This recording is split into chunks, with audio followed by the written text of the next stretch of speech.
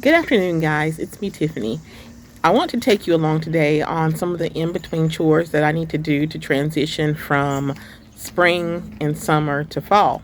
I was laying in bed and I thought, oh my goodness, October 30th is my first frost date, and I don't really have that much time before I need to start getting fall crops into the ground. So I sprang out of bed and made a list of what I wanted to plant and discovered my Brussels sprouts only have like 90, 95 days.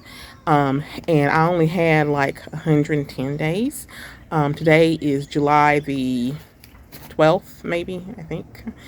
And so I'm like, oh, I better get to work. So I'm just going to take you along on some of the things I've been doing to start transitioning.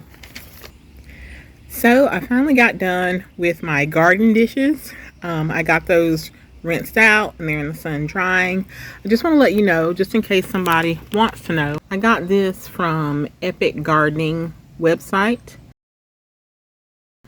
I'm sure there are others out there like it, but what I do like about this is the bottom. I can easily use my finger to push my starts out of there, and also the roots don't go in circles at the bottom. And then I like the fact that this is not going to trap in too much moisture.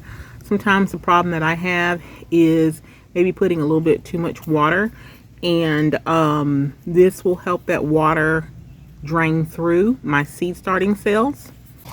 And this right here is one of the pots that I usually use to bump things up. I got these off of Amazon. Same seller on Amazon sold this. They did not have the black, that's why I have the white. I don't recommend white seed starting cups because of course they get dirty and then they look not so appealing. I also take my plant tags and I reuse them. The beauty of plant tags, and which is also probably one of the things that we hate, is that after being in the sun for a few months, the writing starts to fade. So these can be reused over and over again. Yeah, most of these trays I got from Lowe's. I also took a trip to Lowe's to get some seed starting mix because I need to start planting some seed starts today.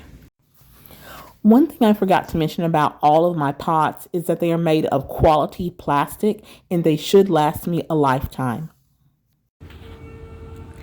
So about a day and a half ago, I took a bunch of seeds and I wrapped them in wet paper towel, and I've had this on a hot mat, and I checked this morning and some of these have already started to germinate. So that's part of my rush to kind of get things cleaned up and get some of these in pots.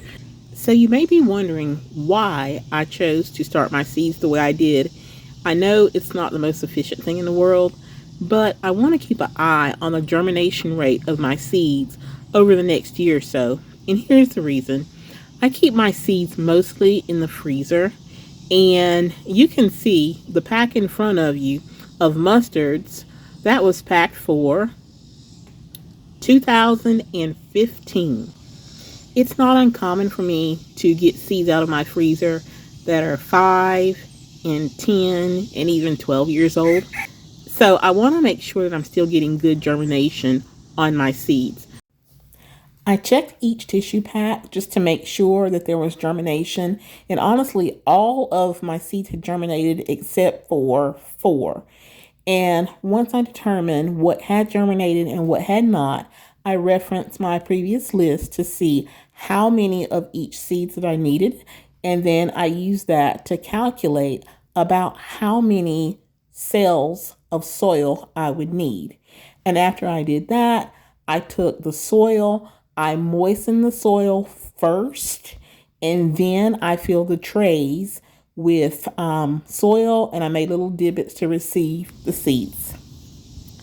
Okay, so I now have my seeds in their soil, and I have put a little water on them, not a lot, and I'm just going to put my lid on there. I'm going to take these in the house, put them on a heat pad, and grow them indoors for the next month, perhaps month and a half. 2 reasons. Reason number 1 is that these are cold weather crops, and it is quite hot out. So yeah, they would get started really quickly, but then they'd probably bolt on me, and that's not what I want. Also, I don't want them to be too quick, and the reason is that all my garden beds are full right now. So I want these ready to be planted around the 1st of September. So keeping them in the house will actually slow them down a little bit, which is fine. And I know that they'll be ready for me by the 1st of September. So I'll keep you updated on the progress of my fall seed starts. Thanks for watching. Have a wonderful day.